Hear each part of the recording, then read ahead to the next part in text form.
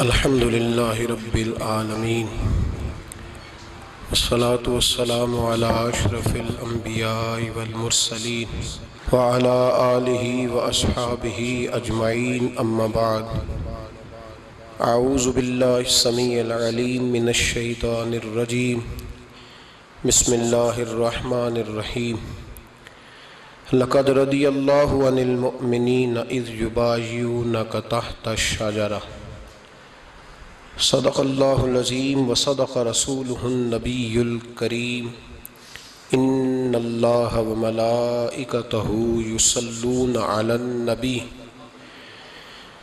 یا ایہا الذین آمنوا صلوا علیہ وسلموا تسلیما اللہم صلی علی سیدنا و مولانا محمد معدن الجود والکرم وآلہ وصحبہ وبارک وسلم۔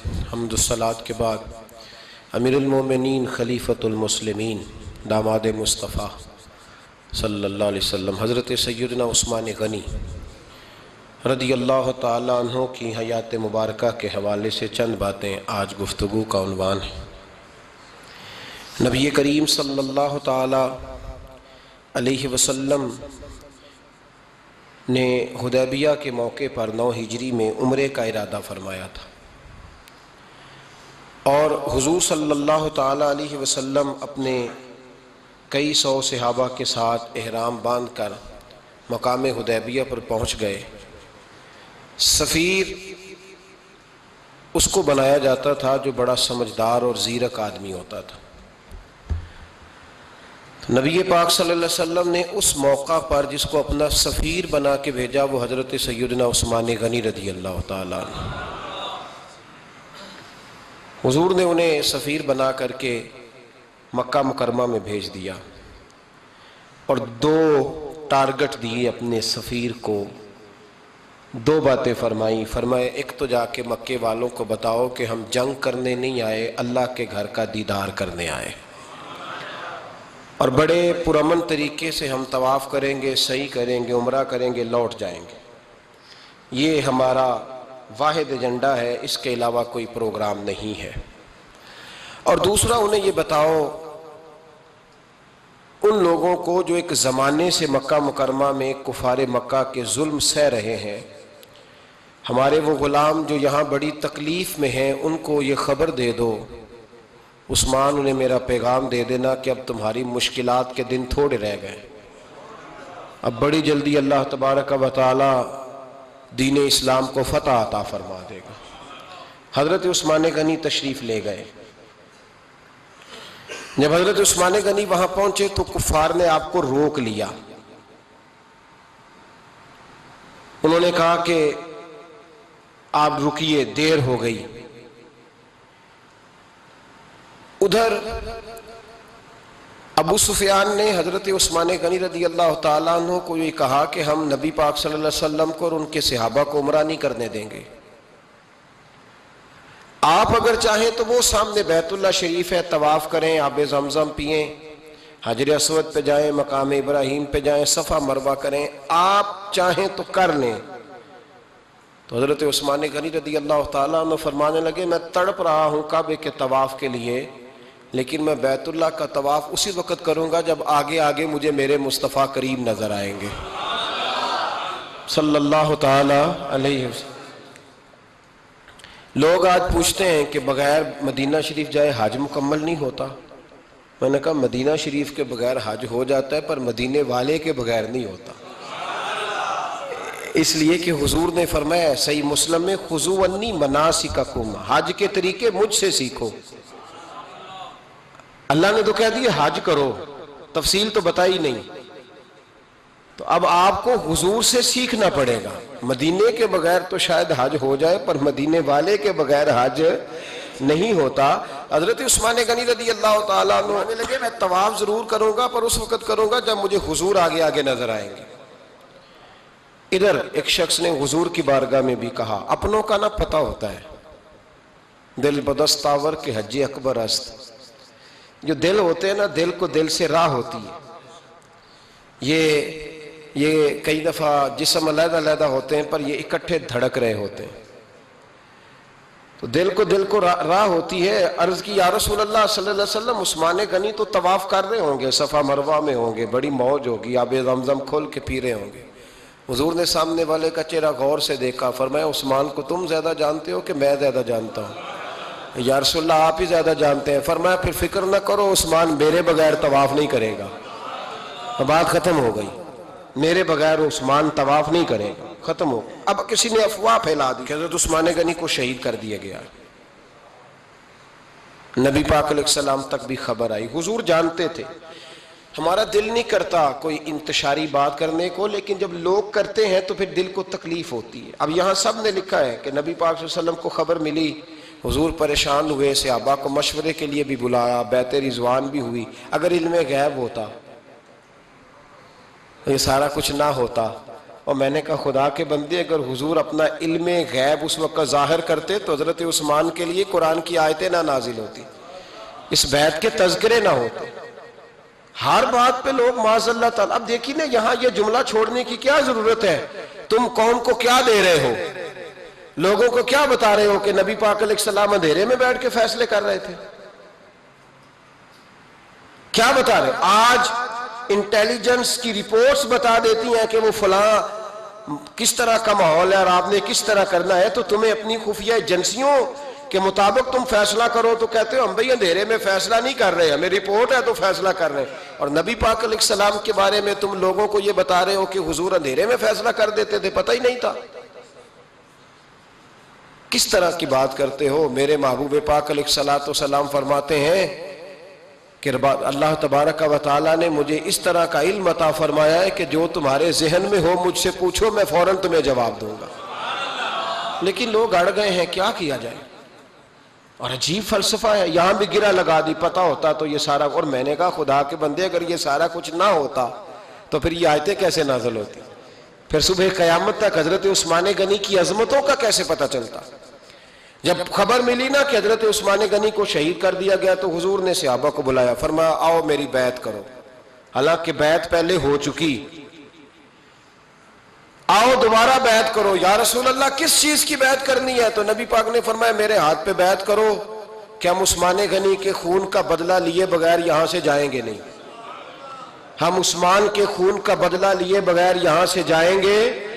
اور حوالہ کسی نے دیکھنا ہو علامہ اسماعیل حقی کا تو میں دکھاؤں گا. جس شخص نے دوڑ کر سب سے پہلے نبی پاک کی بیعت کی وہ مولا علی شیر خدا تھے. کہ یا رسول اللہ جانا ہی نہیں عثمان کا خون کا بدلہ لیے بغیر. سب سے پہلے شیر خدا آگے بڑھے. آج لوگ انہی لوگوں میں اختلاف دکھانے کی کوشش کرتے ہیں، صحیح لا حاصل کرتے ہیں. سب سے پہلے دوڑ کر حضرت شیر خدا آگے بڑھے، کہا حضور میں بیعت کرتا ہوں. نبی پاک نے صحابہ کے ہاتھوں میں بیعت ہو رہی ہے. یہ وہ والا واقعہ نہیں جو اس چوک میں پیش آیا تھا، یہ وہ والا واقعہ نہیں جو میرے ساتھ ہوا تھا تو میں آپ کو سنا رہا ہوں. یہ وہ والا واقعہ ہے جو رب کو اتنا پسند آیا کہ اللہ نے قرآن پاک میں بیان فرما دیا ہے. اس کی اہمیت کا اندازہ لگائے کہ رب کریم کو اتنا محبوب ہے یہ انداز کہ قرآن میں بیان کیا. ایک درخت تھا، کانٹوں والا درخت، اس کو شارحین نے لکھا ہے. کچھ لوگ کہتے ہیں بیری کا درخت تھا. نبی پاک درخت کے نیچے بیٹھ گئے، فرمایا بیعت کرو سارے. کن کے لیے بیعت ہو رہی؟ حضرت عثمان غنی کے لیے. ایک بیعت دین کے لیے ہوئی، قرآن کے لیے ہوئی، حدیث کے لیے ہوئی، اللہ کی توحید کے لیے. اور آج نئے سرے سے بیعت ہو رہی ہے. کس کے لیے؟ بول کے بتائیے. حضرت سیدنا عثمان غنی رضی اللہ تعالیٰ عنہ. اس شخص کی عظمت کا کوئی اندازہ کر سکتا ہے؟ جن کے لیے نبی پاک نے خاص کر کے تخصیص کر کے ایز اے اسپیشل بیعت لی. اور صحابہ نے جب بیعت کی تو اللہ کو اتنی پسند آئی کہ قرآن مجید کی سورہ فتح کی آیت نمبر 18 میں بیان کیا. فرمایا لقد رضی اللہ عن المؤمنین اذ یبایعونک تحت الشجرہ. فرمایا محبوب تحقیق اللہ ان مومنوں سے راضی ہے جو درخت کے نیچے آپ کی بیعت کر رہے تھے. تحقیق اللہ ان سے راضی ہوا، ان ایمان والوں سے جو درخت کے نیچے آپ کی بیعت کر رہے تھے. درخت کے نیچے تحت الشجرہ. قرآن مجید کے الفاظ اگر آپ غور کریں گے تو آپ کو حضرت عثمان غنی کی عظمت کا پتہ چلے گا اور اس واقعے کی حساسیت کی آپ کو سمجھ آئے گی کہ بیعتیں تو مسجد میں بھی ہوئی لیکن نام لے کے نہیں کہا محبوب جنہوں نے مسجد میں بیعت کی. نام لے کے نہیں کہا، حالانکہ وہ بیعتیں بھی اللہ کو بڑی محبوب ہے. بیعتیں تو میرے بھائی نبی پاک نے بیت اللہ شریف کے پاس بھی کی، مسجد نبوی میں بھی کی، لیکن یہاں نام لے کر کوئی بھول نہ جائے. کسی نے کہہ دینا تھا کوئی اور بیعت تھی جی، لوگ شرح کر رہے ہیں نا مرد، وہ تو کسی اور کی بیعت. نام لے کے کہا محبوب تحت شجرہ، وہ جو درخت کے نیچے بیعت ہوئی، وہ جو بیعت درخت کے نیچے ہوئی، اور جنہوں نے بیعت کی لقد رضی اللہ عن المومنین، تحقیق اللہ ان مومنوں سے راضی ہو گیا. اللہ ان مومنوں سے، صحیح بخاری صحیح مسلم میں صحابہ نے پوچھا یا رسول اللہ کس طرح راضی ہوا ہے؟ فرمایا آج جس نے میرے ہاتھ پہ بیعت کی ہے رب کریم نے وعدہ کر لیا ہے سب کو جنت عطا فرمائے گا، جنتی ہو گئے سارے. حضرت عثمان غنی رضی اللہ تعالیٰ عنہ کی یہ عظمت، یہ شان قرآن پاک نے بیان کر دی کہ حضرت عثمان کے نام پر صحابہ جمع ہوئے تو اللہ تبارک و تعالیٰ نے اس واقعے کا ذکر قرآن مجید میں فرما دیا. میرے عزیز دوستو، حضرت عثمان غنی کو اللہ نے بڑی شان عطا فرمائی، بڑا مرتبہ دیا، بڑے حسین و جمیل، بڑے خوبصورت آدمی تھے. دیکھو نا کیا شان ہے حضرت عثمان ذی النورین. یہ ذو النورین کا کیا معنی ہے؟ دو نور کون ہے؟ حضور کی دو صاحبزادیاں. اعلیٰ حضرت فرماتے ہیں نور کی سرکار سے پایا دوشالہ نور کا، نور کی سرکار سے پایا دوشالہ نور کا، ہو مبارک تجھ کو ذو النورین جوڑا نور کا. دو نوروں والے حضرت عثمان غنی. ایک بیٹی کا نکاح کیا، وہ وصال کر گئی تو محبوب نے دوسری بیٹی کا بھی نکاح کر دی. یہ جو بیچارے پراپوگنڈے والے ہوتے ہیں نا، یہ پہلے دن سے صرف پراپوگنڈے میں ہی ہے. یہ نہ محب بن سکے نہ محبوب بن سکے. ان کا نہ کوئی اپنا ہوا نہ انہیں کسی نے اپنایا. یہ پراپوگنڈے والے ہی ہیں، ساری زندگی چیم گوئیاں، کانوں میں باتیں. اپنا اپنا مزاج ہے نا جی، جس کے حصے میں جو ڈیوٹی آئی. کچھ لوگ وہاں بھی منافقین چیم گوئیاں کرنے لگے، دوسری بیٹی بھی دے دی، دوسری بیٹی بھی دے دی، دوسری بیٹی بھی دے دی. محبوب کے کانوں تک آواز گئی، فرمایا زیادہ باتیں نہ کرو، میری 40 بھی ہوتی. وہ ختم ہو گئی بات، تم 2-3 کی بات کرتے ہو. حدیث مبارکہ کے لفظ ہے، نبی پاک نے فرمایا میری 40 بھی ہوتی، ایک کے بعد دوسری انتقال کرتی رہتی، میں ساری عثمان کو دے دیتا. حد ہو گئی بھئی، اتنا بڑا مرتبہ. چیم گوئیاں نہ کرو، دوسری بھی دے دی، میری 40 بھی ہوتی. اس حدیث کا ترجمہ یہ ہے کہ محبوب فرماتے ہیں کہ مجھے عثمان پر اعتبار ہی بڑا ہے، مجھے عثمان پیارا ہی بڑا ہے، عثمان غنی کی عظمت ہی بڑی ہے. فرمایا میری 40 بھی ہوتی تو میں ساری یکے بعد دیگر حضرت اسامہ بن زید رضی اللہ تعالیٰ عنہ فرماتے ہیں نبی پاک نے اپنی صاحبزادی حضرت رقیہ رضی اللہ تعالیٰ عنہ کا نکاح حضرت عثمان غنی کے ساتھ کیا تو دونوں میاں بیوی پیارے بڑے تھے، حسین و جمیل بڑے. حضرت عثمان بڑے نفیس آدمی تھے، بڑی نفاست تھی. کپڑا سادہ پہنتے تھے لیکن لوگ کہتے ہیں کبھی ہم نے ان کے کپڑوں پہ دھبا نہیں دیکھا، چہرے پر اتنا سا گرد کا نشان نہیں دیکھا. ہمارے ملک میں سب سے زیادہ خرچہ میک اپ کا آتا ہے، پتہ ہے آپ کو جی؟ اب اگلی جو بات کرنی ہے اس پہ اپنے آپ کو وقت کتنا دیتے ہو، سجنے میں، سورنے میں، تیار ہونے میں کتنا وقت لگاتے ہو. فرمانے لگے حضرت عثمان غنی اتنا تو ٹائم ہی نہیں ہے کہ اپنے آپ کو دیا جائے. تو قبر اتنے پیارے کیسے لگتے ہو؟ فرمانے لگے اپنی وجہ سے نہیں لگتا، حضور کی وجہ سے پیارا لگتا. کب وہ کس طرح؟ فرمانے لگے نبی پاک صلی اللہ علیہ وسلم نے ہمیں وضو دیا ہے. فرمایا ایک دفعہ وضو کر کے آئینے کے سامنے کھڑا ہوتا ہوں یوں لگتا ہے اللہ نے میرے چہرے کو پہلے سے زیادہ نور عطا کر دیا ہے. دیکھیں نا باقی جسم چھپا ہوا ہے اور جو ظاہر ہے اس پر وضو کا حکم ہے. ہاتھ ظاہر ہے تو وضو کر لو، پیر پردے سے باہر ہے تو ان کو دھو لو وضو میں، چہرہ پردے سے کپڑوں سے باہر ہے تو اس کو وضو میں. تو عثمان غنی فرماتے 5 وضو تو میں تازہ کرتا ہوں، پچھلا ہو بھی تو نئی نماز تازے وضو سے پڑھتا ہوں. اور فرماتے اگر میرا قرآن مجید کھولنے کا ارادہ بن جائے تو پھر وضو 6 بھی ہو جاتے ہیں، اور تہجد کے وقت اٹھوں تو 7 بھی ہو جاتے ہیں. فرماتے ہیں علیحدہ سے درود پاک پڑھنے بیٹھوں تو پھر 10-11 وضو بھی ہو جاتے ہیں. میں وضو کرتا رہتا ہوں تو اللہ تازگی عطا کر دیتا ہے. حضرت اسامہ بن زید حضور کے غلام زادے ہیں. فرماتے ہیں میں چھوٹا سا تھا تو نبی پاک کے گھر میں گوشت پکا تو سرکار کو 4 بیٹیوں سے بڑا پیار تھا. حضرت فاطمہ سے زیادہ ہے لیکن 4 بیٹیوں سے بڑی محبت تھی.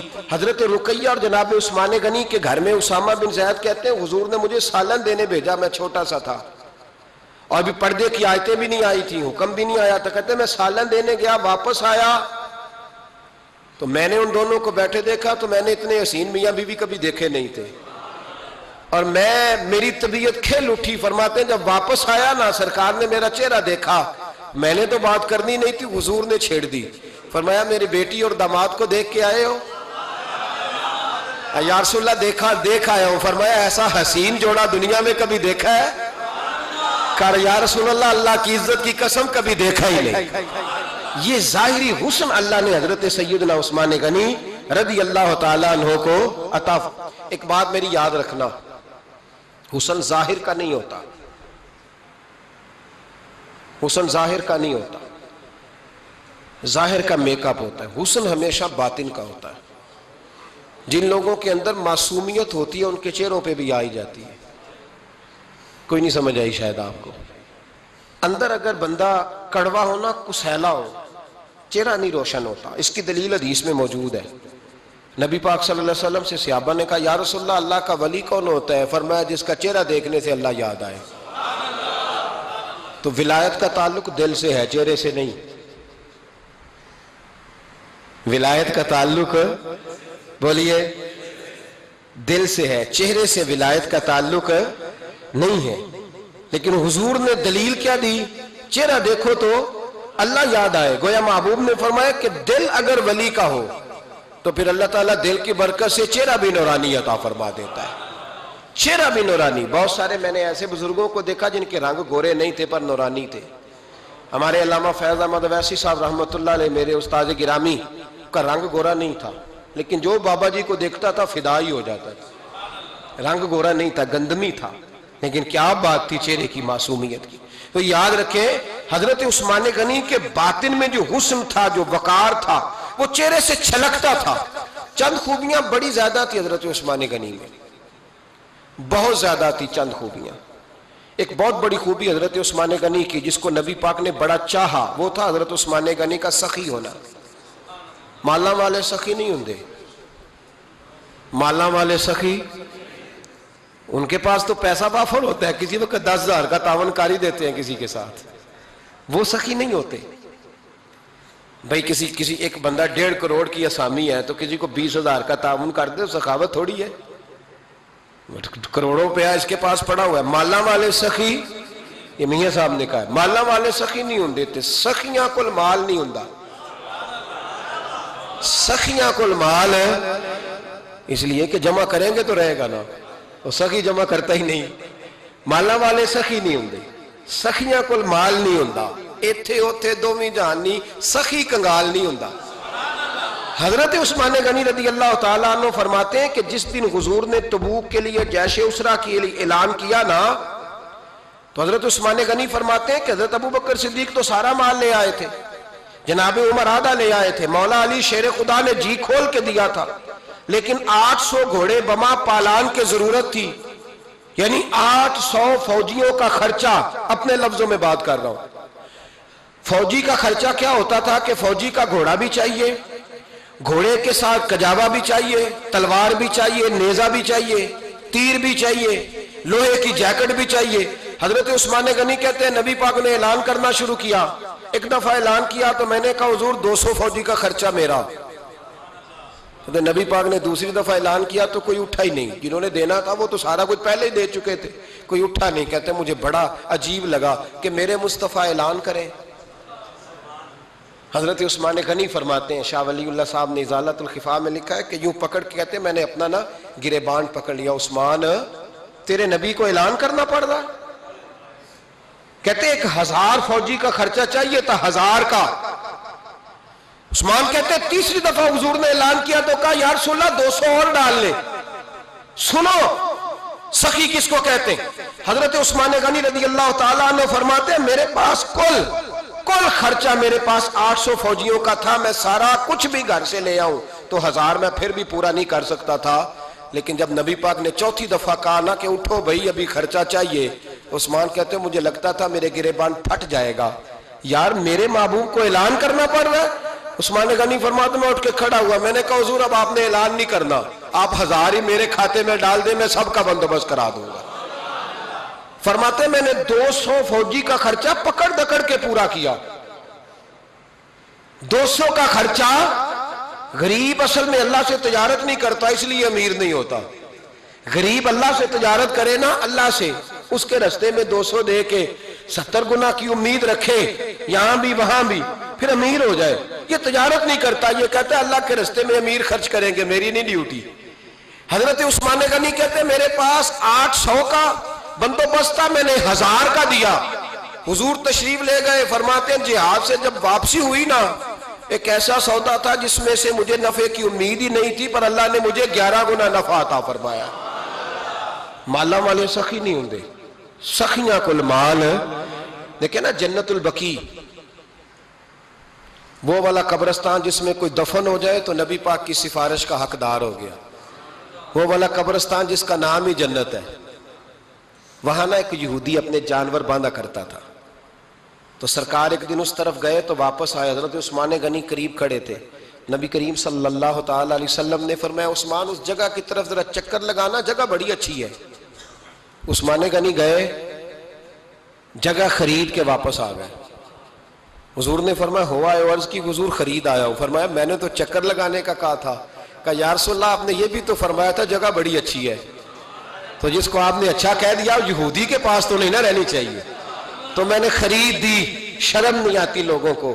حضرت عثمان کے بارے میں بات کرتے ہیں، جس قبرستان میں سیدہ پاک بی بی صاحبہ حضرت فاطمہ الزہرا آرام کر رہی ہے، وہ زمین حضرت عثمان نے تحفہ دی ہے۔ حیا نہیں آتی بات کرتے؟ شرم نہیں آتی؟ یہ صدقہ سیدہ فاطمہ کا ہی ہے، انہی کے لیے اللہ نے تحفہ دیا، اور اس کے پیسے حضرت عثمان غنی نے ادا کیے۔ پھر اس قبرستان میں سیدہ پاک نے آرام کیا، پھر اسی قبرستان میں عثمان ابن مسعود نے آرام کیا، پھر اسی قبرستان میں حضرت حلیمہ سعدیہ لیٹی ہوئی ہے، اسی قبرستان کے اندر نبی پاک کی زوجہ سیدہ عائشہ آرام کرتی ہے، پھر اسی زمین پر میرے محبوب کے پیارے نواسے امام حسن آرام فرمائے۔ حضرت عثمان غنی رضی اللہ تعالیٰ عنہ کے بارے میں بات کرتے تیری زبان نہیں کانپتی؟ ان کو بات کرتا ہے جن کے تحفے اہل بیت نبوت نے قبول فرمائے، اور وہاں آرام کرنا انہوں نے پسند کیا، اتنا بڑا جرت بند ہو گیا تو۔ حضرت سیدنا عثمان غنی رضی اللہ تعالیٰ عنہ سخاوت کی تو کمال کر دیا حضرت عثمان غنی، اور پھر ضرورت سے زیادہ پیسے دے کے۔ وہ کنویں کی بات بڑی معروف ہے، میں نے بس اشارہ کرنا ہے، نبی پاک نے بھی اعلان کیا تو بڑا ہی اعلان کر دیا، فرمایا وہ میٹھے پانی کا کنواں ہے، قبضہ یہودی کا ہے، جو بندہ خرید کر وقف کرے گا نا اسے کیا ملے گا؟ تو حضور نے فرمایا میری جیب میں جنت کی ٹکٹ ہے، میں اسے جنت دے دینی، یہ ہے عرض جنت، یہ طیبہ کی زمین ہے، جنت بھی یہی، مال کے جنت بھی یہی ہے، جنت لے لے مجھ سے، لے لے۔ حضرت عثمان غنی گئے، اس کو کہا بھئی کنواں میرے ہاتھ بیچ دے۔ کنویں کی قیمت تھی 500-700 دینار، تو حضرت عثمان 500-600 دینار کل کنویں کی قیمت تھی۔ جناب عثمان غنی گئے، یہودی کو پتا تھا کہ یہ خریدنا چاہتے ہیں، فرمایا یار یہ کنواں بیچ دو۔ کہنے لگا نہیں بیچنا۔ فرمایا قیمت منہ مانگی، کہنے لگا قیمت میری مرضی کی؟ کہا تمہاری مرضی کی، اپنی اپنی اوقات ہوتی ہے نا قیمت لگانے کی، تمہاری مرضی کی۔ کہنے لگا میری شرط ہے میں ایک دن کے لیے کنواں دوں گا، ایک دن میں ایک دن آپ۔ فرمایا یہ بھی منظور ہے۔ کتنے پیسے؟ اس نے کہا میں 3000 دینار لوں گا، 500-600 کا ہے۔ حضرت عثمان غنی فرمانے لگے تو نے اپنی اوقات کے مطابق 3000 مانگا ہے، میں 40,000 لے کے آیا تھا، اپنی اوقات کے مطابق مانگا، 40,000 دینار میری جیب میں۔ یہودی کہنے لگا عثمان تو تاجر ہے، اور عام تاجر نہیں، عالمی سطح کا تاجر ہے، لوگ تیری تجارت کی مثالیں عرب میں دیتے ہیں، پر 500-600 کا کنواں 40,000۔ فرمانے لگے مسئلہ کنویں کا نہیں، مسئلہ مصطفیٰ کے فرمان کا ہے، وہ جو حضور کا فرمان پورا کرنا ہے نا، اس کے لیے 40,000 تھوڑے ہیں، میرے پاس تھے ہی اتنے جو لے کے آیا ہوں۔ حضرت عثمان نے پیسے چکائے، اس نے کہا ایک دن پانی ملے گا۔ فرمایا منظور ہے۔ وہ ایک دن بیچا کرتا تھا پانی، حضرت عثمان نے اعلان کر دیا جو میرا دن ہے نا فری پیو، اپنے بھی پیو، بیگانے کا اعلان کوئی نہیں کرنا، میرا کوئی پروگرام نہیں۔ لیکن آپ مطلب ہلکا ہلکا ایسے ایسے دیکھیں گے، سوچیں گے، غور کریں گے، او بھائی پیسہ بھی بانٹنے سے چلو بولو تو صحیح نا، اس پر بھی آپ حامی تو بھرے نا، سچی بات کر تو لینی چاہیے نا۔ چلے عمر آپ 2 سال کے بعد کر لینا، 6 سال کے بعد کر لینا، پر ہاں نہ تو صحیح کرے نا، پیسہ بھی ہمیشہ بانٹنے سے۔ ملا رومی رحمت اللہ علیہ فرماتے ہیں کنویں سے سادہ پانی نکل جائے تو تازہ آ جاتا ہے، اور اگر پانی کنویں کے اندر رہے سارا ختم نہ ہو تو باسی ہو جاتا ہے۔ اس لیے فرمایا کرتے تھے میں اس کنویں سے پانی پیتا ہوں جس پہ رش زیادہ ہوتا ہے، اس لیے کہ وہاں سے پانی ختم ہوتا ہے تو تازہ آتا رہتا ہے۔ فرماتے تو اللہ کے رستے میں سارا خرچ کر دے، اللہ تازے عطا کر دے گا اور پہلے سے زیادہ عطا کر دے گا۔ میرا آپ کا مسئلہ یہ ہے کہ تجارت بندوں کے ساتھ ہے، بندوں کے ساتھ جو تجارت ہے نا، بندے کنجوسی کر جاتے ہیں، بندے کا تو صحیح کام چل جائے تو پارٹنر کو فارغ کر دیتا ہے، یہ تو فارغ ہے، اور اگر کبھی کسی کی دکان میں کوئی کرایہ دار اچھا اس کی دکان چل جائے تو مالک کہتا ہے تو جا، اب دکان میں نے خود کھول لی ہے، وہ فارغ کر دیتا ہے۔ بندوں کا تو مزاج ہے۔ اور اللہ تبارک و تعالیٰ سے جب تجارت ہوتی ہے نا، میں نے ایسے لوگ دیکھے ہیں جن کے گھروں میں لاکھوں روپیہ ماہانہ آتا ہے، غربت نہیں جاتی۔ ان کو سوچنا چاہیے کہ کثرت والا پیسہ آیا ہے پر برکت والا نہیں آیا۔ حضرت عثمان غنی رضی اللہ تعالیٰ عنہ فرماتے ہیں کہ میں نے پہلے بھی میں بڑا تاجر تھا، لیکن جب سے مصطفیٰ کے نام پر خرچ کرنا شروع کیا، پھر کہاں کہاں سے آیا کب، اور بڑی سیانی بات فرماتے ہیں۔ آپ فرماتے ہیں میں کلمہ پڑھنے سے پہلے تجارت کو وقت زیادہ دیتا تھا، اور مسلمان ہونے کے بعد میں نے تجارت کو ٹائم تھوڑا دیا پر اللہ نے روزی مجھے زیادہ عطا فرمائی۔ اس لیے برکت پر ہماری توجہ نہیں رہی، غیبی خزانوں پر خیال ہم نے چھوڑ دیا ہے۔ غیبی خزانوں سے جو چیز ملتی ہے وہ زیادہ ملتی ہے، جو مادی ذرائع سے ملتی ہے وہ چیز کم ہوتی ہے۔ حضرت عثمان غنی پر الزام لگا جب آپ کا دور حکومت تھا، یہ یاد رکھیں کہ سب سے زیادہ الزامات حضرت عثمان غنی پہ لگائے گئے۔ جن بندوں کے قد کاٹ زیادہ ہوتے ہیں ان کے خلاف پراپوگنڈے بھی لمبے چوڑے ہی ہوتے ہیں۔ بڑی بڑی بات یاد رکھنا، کہا گیا کہ حضرت عثمان لوگوں کو نوازتے بڑا ہے، بڑا دیتے ہیں حضرت عثمان غنی۔ تو حضرت عثمان غنی فرمایا کرتے تھے حکمران تو میں آج بنا ہوں تو میں تو پہلے بھی بڑا دیتا تھا، وہ کس خزانے سے دیتا تھا؟ آپ جواب دیا کرتے۔ دیکھیں ذرا، لاکھوں لوگ حج کرنے آتے تھے پر حضرت عثمان غنی حج کرنے جاتے تو اعلان کر دیتے کہ کوئی حاجی حج کے موقع پر آ کے کھانا نہ پکائے، سب کو کھانا عثمان غنی اپنی جیب سے دیا کریں گے۔ مینا میں لنگر کھانا ہوتا تھا حضرت عثمان غنی کا، مینا میں فرماتے تھے کھاؤ حاجیو جتنا کھا سکتے ہو، اور پھر حضرت عثمان غنی کا اعلان تھا، خدام کو کہتے تھے میں آخر میں کھاؤں گا، پہلے میرے سارے آنے والے حاجیوں کو کھلایا جائے۔ ایک مجھ سے نا ایک دوست نے سوال پوچھا 4-5 دن ہو گئے، کچھ سوال ایسے ہوتے ہیں جو بندے کو نا چوراہے پہ لا کے کھڑا کر دیتے ہیں، زندگی میں نہ بھولنے والے سوالات ہوتے ہیں۔ ایک شخص نے سوال پوچھا، کہنے لگا اوکاڑے دینی اور مذہبی گھرانہ ہے، اوکاڑے سے تعلق ہے، میرے ساتھ محبت کا رشتہ ہے، کہنے لگے بیٹی کی شادی کر دی ہے راولپنڈی میں، آپ کی بھی بیٹیاں ہیں میری بھی بیٹی ہے، بیٹی کی شادی کر دی ہے راولپنڈی میں، اب بچی چند دن رہنے آئی ہے، پوچھنا یہ ہے کہ نماز پوری پڑے گی کہ قصر پڑے گی؟ تو میرا تو اس نے کام کر دیا، حد ہو گئی، رو رو کے برا حال۔ میں نے کہا یار تو بند کر دے فون، رات کو بتاؤں گا۔ کیا پوچھ لیا یار تو نے؟ بیٹی مسافر نہیں ہوتی، بیٹی تو مہرانی ہوتی ہے باپ کے گھر کی، وہ بیٹی مطلب کیسے بتاؤں کہ دل کرتا ہے کہ بیٹی وہ صرف ہنسے، وہ روئے کبھی نہ، یہ دعا ہوتی ہے۔ تو نے اتنا بڑا سوال کیوں کیا؟ بہرحال علماء کو کچھ چیزوں کے جواب دینے پڑتے ہیں۔ میں نے کہا میں رات کو بتاؤں گا۔ رات کو پھر فون آیا کہ آپ تو بڑی جلدی جواب دینے کے عادی ہیں تو دیر کیوں کر دی؟ تو میں نے کہا یار جواب تو میرے پاس تھا لیکن ہمت نہیں تھی ابھی۔ تو میں نے کہا کہ اگر تو بیٹی آئی ہے والد کے گھر میں اور ابا جی کا پروگرام ہے اسے جائیداد میں سے حصہ دینے کا، تو پھر تو بیٹی نماز پوری پڑے گی، لیکن اگر ابا جی نے علیحدہ کر کے انگوٹھا لگوانا ہے تو پھر بیٹی مسافر ہے۔ اگر ابا جی نے اس کو علیحدہ کر کے انگوٹھا لگوانا ہے نا کہ دے دے بھائیوں کو، خیر ہے تیری شادی پہ خرچہ کر دیا ہے، اگر ابا جی کے دل میں نے کہا یہ ابے سے فتویٰ پوچھ لو، اگر ابا جی کے دل میں چور ہے نا کہ بیٹی کو دینا کچھ نہیں، تو پھر بیٹی نے نماز قصر پڑھنی ہے، اس لیے کہ پھر وہ وہاں حصے دار۔ اس کی دلیل حضرت عثمان غنی رضی اللہ تعالیٰ عنہ حج کے لیے تشریف لے گئے تو لوگوں نے حضرت عثمان غنی سے کہا کہ نبی پاک بھی قصر نماز پڑھتے تھے، حضرت عمر بھی حج کے موقع پر قصر پڑھتے، حضرت ابو بکر بھی، آپ کیوں پوری پڑھتے؟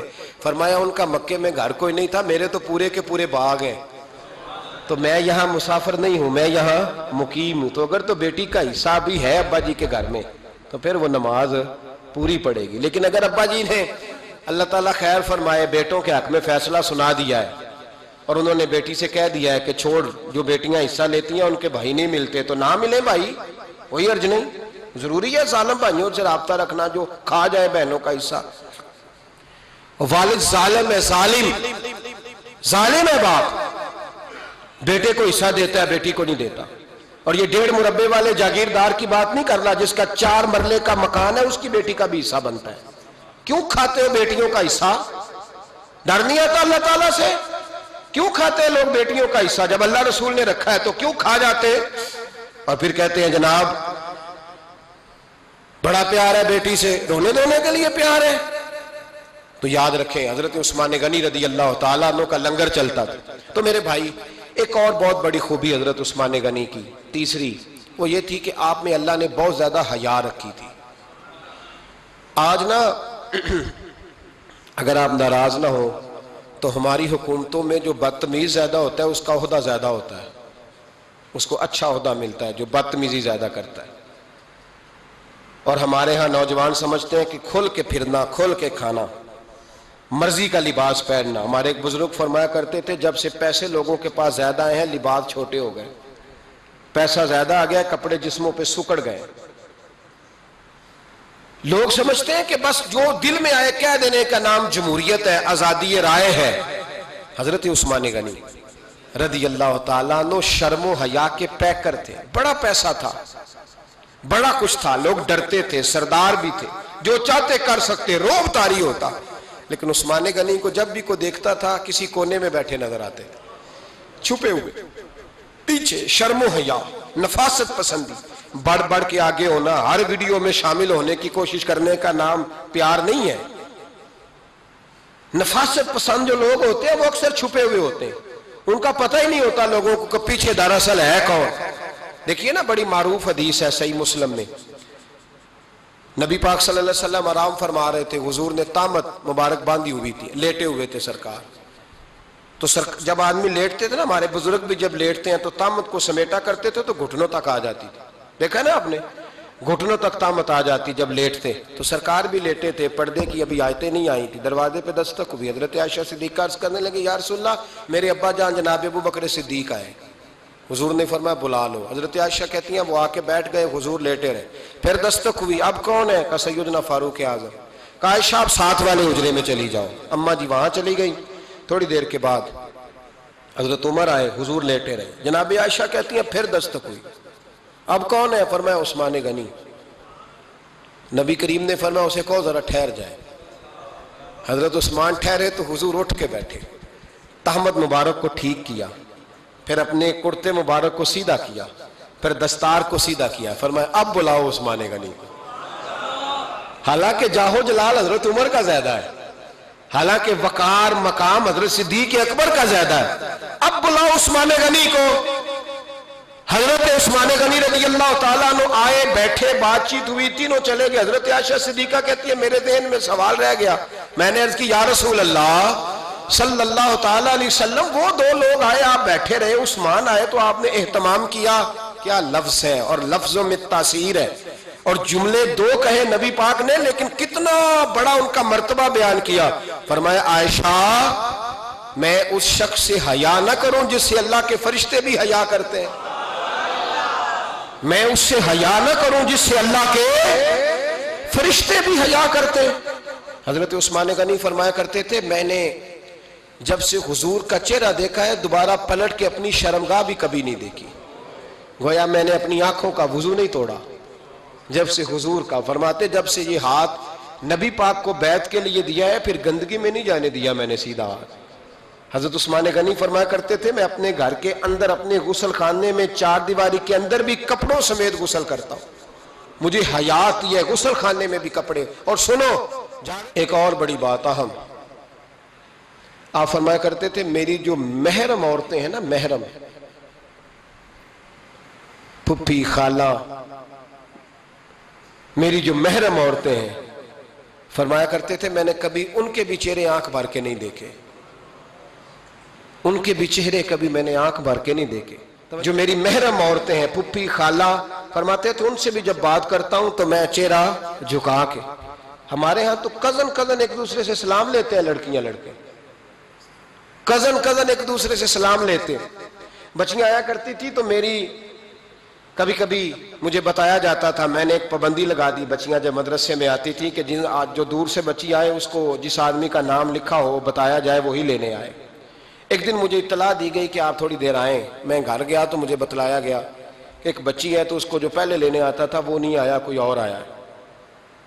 میں نے اس کے بھائی کو فون کیا کہ آپ لینے نہیں آئے. کہنے لگے یہ کزن ہے ہمارا، اس کے ساتھ بھیج دیں، آپ ہمارا ہی کزن ہے، خالہ زاد ہے.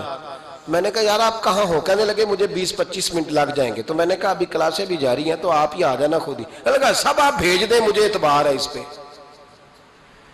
میں نے اس کو ایک بات کہی جو آپ کو بھی کہتا ہوں، میں نے کہا یار تمہیں اعتبار ہے تو اللہ رسول کو اعتبار کیوں نہیں؟ انہوں نے کیوں غیر محرم بنایا ہے؟ عجیب تماشا ہے. مجھے پھپھی ذات پہ، خالہ ذات پہ، ماموں ذات پر اعتبار ہے، نبی پاک کو کیوں نہیں؟ آپ کو زیادہ پیار ہے لوگوں سے یا نبی پاک کو امت سے زیادہ پیار ہے؟ کیا مطلب تماشا ہے؟ کیا مزاج بنا لیا میں نے اور آپ؟ نبی پاک نے ایک شخص پر اعتبار نہیں کیا، فرمایا اس سے پردہ کرو. آپ نے اور میں نے کیسے کر لیا؟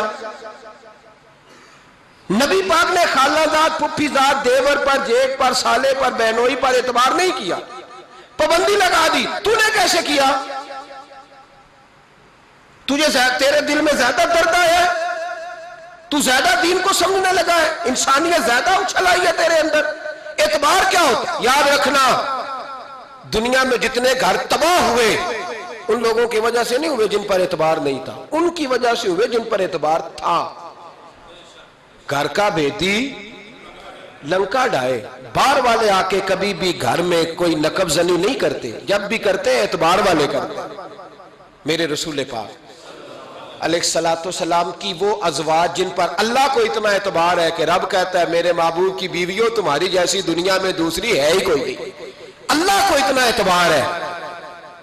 لیکن ایک نابینا صحابی آئے تو حضور کی 2 ازواج بیٹھی تھی تو نبی پاک نے فرمایا پردہ کرو. یا رسول اللہ وہ تو نابینا ہے. فرمایا تمہیں تو نظر آ رہا ہے نا، تمہاری آنکھیں تو کھلی ہوئی ہیں. حضور کو اعتبار نہیں تھا. بس کر دیں. سب سے بڑا ظالم وہ ہے جو کہتا ہے مجھے بیٹی پہ اعتبار ہے. وہ ظالم ہے، وہ اپنی بیٹی کے ساتھ ظلم کر رہا ہے. جو کہتا ہے مجھے اعتبار ہے، کالج جا رہی ہے، یونیورسٹی جا رہی ہے، اکیلے آ جا رہی ہے، مجھے اعتبار ہے. یہ ظلم کر رہا ہے بچی کے ساتھ. وہ تو بچی ہے، اس کا تو ذہن کمزور ہے. ہو سکتا ہے صاف دل ہو لیکن سامنے جو شیطان چوکوں میں گلیوں میں دائیں بائیں گھوم رہے ہیں وہ تو صاف دل نہیں ہے نا، وہ تو معصوم طبع نہیں ہے نا. تو بعض اوقات بڑے اچھے نفیس بچے بھی شیطانوں کا شکار ہو جاتے ہیں. خدا کا خوف کریں. حضرت عثمان غنی کی زندگی، حضرت عثمان فرماتے ہیں جو محرم عورتیں تھیں ان کی طرف بھی آنکھ بھر کے نہیں دیکھا، اس لیے کہ وہ خاتون ہے، میں مرد ہوں، میری حیا مانے. آج لوگوں کو شوق ہو گیا عورتوں کی مجلس میں دوڑ دوڑ کے جانا، وہاں بیٹھنا، وہاں وقت بتانا. پیرانے عظام کہتے ہیں کہ وہ درویشنیوں کے بیچ بیٹھے ہیں جی، باپ بیٹی ہوتے ہیں جی، مریدنی اور پیر. میں نے کہا کوئی نہیں ہوتے. اس رشتے پر استدلال ہے. اعلیٰ حضرت فرماتے ہیں واجب ہے پردہ پیر اور مریدنی کا، یہ پردہ واجب ہے. اگر کوئی شخص اس طرح بے پردہ بیعت لے گا، بیچ میں بیٹھے گا تو اس کا تو مرید ہونا ویسے ہی حرام ہے، جائز ہی نہیں ہے. جو سارا دن تویز دھاگے کے لیے بیٹھا رہے اور بیویوں سے گفتگو کرتا رہے. خدا را حضرت عثمان غنی رضی اللہ تعالیٰ عنہ کی زندگی میں جو باتیں ہمیں بہت زیادہ ملتی ہیں ان میں نفاست ہے، آپ کی حیا ہے، سخاوت ہے. ایک بات اور سن لیں، بڑا ستایا گیا حضرت عثمان غنی کو، پراپوگنڈے کیے گئے، آپ کے خلاف مہم چلی. عبداللہ ابن سبا نے بڑی مہم جوئی کی آپ کے خلاف. یہودیوں نے مسلمانوں کا روپ دھار کر بڑا آپ کو ستایا، تکلیفیں دیں. جی آپ اپنے رشتہ داروں کو بڑا دیتے ہیں. فرمایا کرتے تھے جیب سے دیتا ہوں، مال خزانہ سے نہیں دیتا. حضرت عثمان غنی رضی اللہ تعالیٰ عنہ کو بڑا ستایا گیا. یہ واحد خلفائے راشدین میں خلیفہ ہے جن کا 40 دن پانی بند کیا گیا، کھانا نہیں آنے دیا گیا. لیکن کمال ہستی حضرت عثمان غنی کی. مولا علی جیسے شیروں نے جا کے کہا آپ اشارہ کریں، یہ جو آپ کے خلاف نکلے ہوئے ہیں تو ایک تلوار سے مار دیے جائیں گے. تو حضرت سیدنا عثمان غنی فرمانے لگے میں وہ والا مینڈا نہیں بننا چاہتا جس کی وجہ سے مدینے کی گلیاں رنگین ہو جائیں. امن کا کعب خلافت چھوڑ دیں. فرمایا حضور نے کہا تھا اللہ تمہیں ایک قمیض پہنائے گا، لوگ اتارنا چاہیں گے تم نے اتارنی نہیں. صبر سے، حوصلے سے، اطمینان سے. یہ وہ واحد ہستی ہے حضرت عثمان غنی جنہوں نے شہادت قبول کر لی لیکن تلوار نہیں چلنے دی، لوگوں کو ایک دوسرے کے گلے نہیں کاٹنے دی. وہ شخصیت ہے حضرت عثمان غنی کی. لیکن بڑا ستایا گیا، بڑا پراپوگنڈا. مجھے بتائیے اس کے بارے میں اللہ قرآن کی آیتیں نازل کر دے اور جس کے بارے میں مصطفیٰ کریم ایک بار نہیں تین بار جنت کی بشارت عطا کر دے. کوئی بندہ ہمیں تاریخ بتائے، حوالے دے، کہانیاں سنائے تو ہم اس کی کہانیاں دیکھیں گے یا نبی پاک کا فرمان دیکھیں گے؟ بولیں جا کے، بولیں جا کے. کسی کہانی پر کبھی بھی کان. بس ایک حدیث میں نے بڑی دفعہ سنائی ہے، پھر سناتا ہوں، ترمذی میں ہے. نبی پاک جنازگاہ تک گئے جنازہ پڑھنے. یا رسول اللہ فلاں آدمی انتقال کر گیا. جنازگاہ تک تشریف لے گئے جنازہ پڑھانے، لیکن جنازگاہ تک پہنچ کر محبوب نے فرمایا اس کا جنازہ نہیں پڑھانا. یا رسول اللہ کیوں؟ فرمایا اس لیے کہ یہ عثمان غنی سے بغض رکھتا تھا. تو حضور تو اس کا جنازہ نہیں پڑھتے. خبردار کسی داستان پہ کان نہ دھریں. عقلیں دوڑاتے پھرتے ہیں لوگ، ایسے ہوا تھا تو ویسے ہوا تھا تو اس نے کہا تھا تو اس نے کہا تھا. ہمیں اس کی اس کی نہیں خبر، ہمیں تو مصطفیٰ کا پتہ ہے. جو حضور نے جن کی شان بیان کر دی ان کی شان پر ہم کسی تاریخ کا حوالہ مزید ضرورت محسوس ہے. بس اپنی طبیعت میں سادگی اور صفائی پیدا کریں، سخاوت پیدا کریں، حیا پیدا کریں. یہ حسن ہے. اس حسن کو حضرت عثمان غنی نے تقسیم کیا ہے. اللہ سمجھنے کی توفیق عطا فرمائے. آخر دعوانا